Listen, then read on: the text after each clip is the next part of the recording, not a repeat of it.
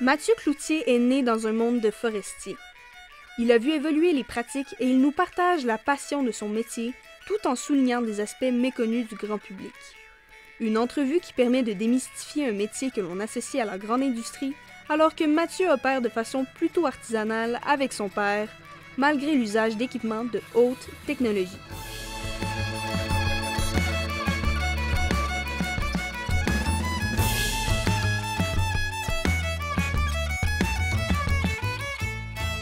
Cette capsule vous est présentée par la microbrasserie La Souche, le syndicat des producteurs forestiers de la région de Québec et l'Agence des forêts privées de Québec.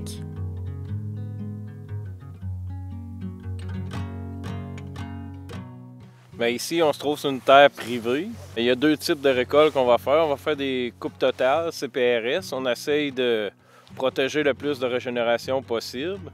Puis on a des coupes d'éclaircies aussi à faire. On va faire des sentiers aux 20 mètres. Il faut tout le temps respecter nos sentiers. Puis là, on va récolter, mettons, un arbre sur 3 pour donner la chance aux autres de pousser plus vite. Mais quand j'ai commencé il y a 19 ans, c'était sensiblement pareil. Ça avait déjà beaucoup évolué. Mais si tu parles à mon père qui a commencé en 1977, bien, il bûchait aux débusqueuses, aux skideurs, puis eux autres, ils passaient, tu sais, c'est plate à dire, mais ils passaient partout avec la machine, là. Ils écrasaient tout, leurs pouces. Tu sais, il n'y avait pas vraiment de normes comme dans bien des domaines. Fait que c'est ça qui est arrivé. Quand il y avait une coupe à blanc, qui appelait ou une coupe à noir, ils ramassaient tout le bois. Puis bien souvent, ils topaient assez gros. Fait que c'est sûr que dans le temps, il y a eu beaucoup d'abus. Il y en a qui ont été montrés à la TV. Depuis ce temps-là, les normes ont beaucoup amélioré. Il faut suivre les directives qu'on a. On peut plus faire ce qu'on veut. Tu arrives sur une terre privée, tu peux pas dire on la rase aux quatre coins puis on récolte toute la forêt. Tu peux plus, ça prend des permis puis faut que le bois soit mature puis c'est normal aussi. J'ai retourné sur des sites qui ont été faits en 2006-2007, une coupe totale. Puis leur pousse était vraiment rendu belle. Je trouvais ça le fun de voir notre travail après 6-7 ans, 8 ans, que ça va de l'air.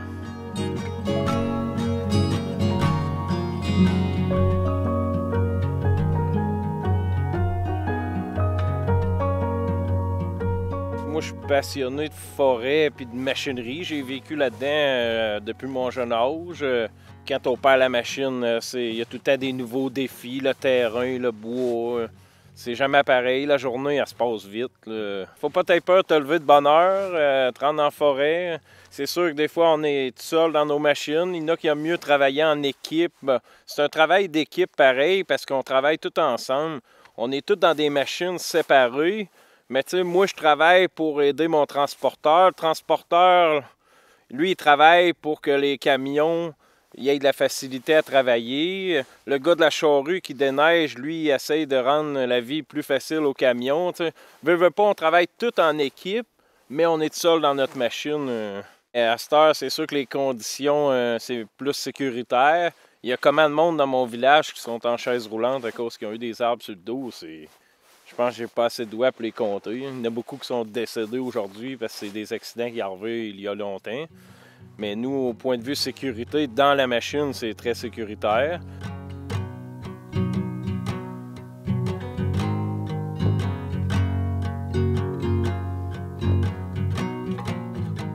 Toute l'accessibilité aux forêts, que ce soit dans le nord ou ici, bien souvent, ça a été créé à cause qu'il y a eu des récoltes de bois dans le passé. Les chemins ont été créés pour récolter la forêt. Les gens peuvent se rendre à leur chalet à cause qu'il y a eu des récoltes de bois. Ils ont créé des chemins. C'est tout, c'est la chasse, la pêche, beaucoup d'activités en plein air. Mais c'est sûr que quand tu regardes une coupe totale, oui, ça peut paraître moins beau que la journée d'avant, que le bois était tout debout, vert. Mais en regardant ça au bord du chemin, si la personne n'est pas consciente qu'est-ce que c'est la forêt? Quand tu rentres dans la forêt, s'il y a 10 de renversés, à chaque année, il y a un gros vent, puis peut-être 2 qui fait casser du bois mature, pourri.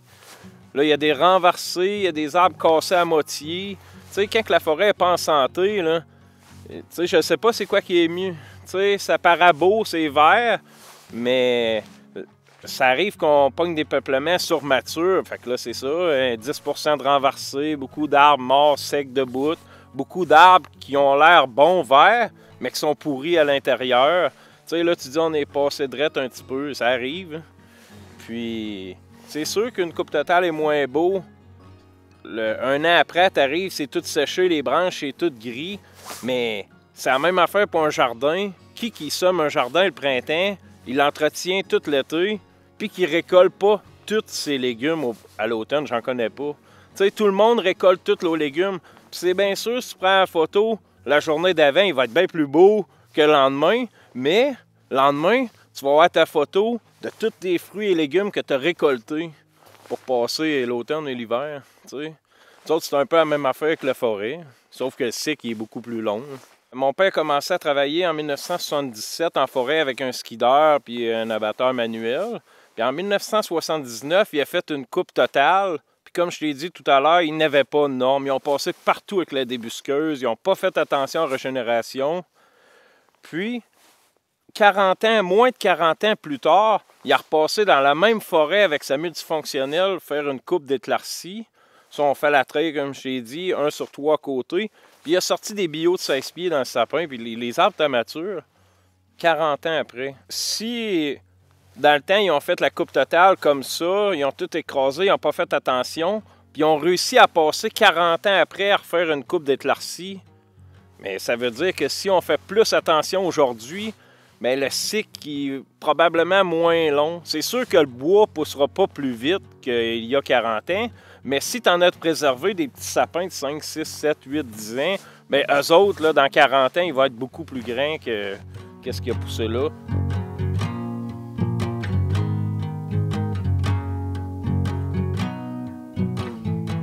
Dans beaucoup de régions du Québec, la foresterie, c'est le domaine numéro 1 de la région, là. Veux pas, ça nourrit beaucoup de familles, ça crée beaucoup d'emplois, de services autour de la foresterie.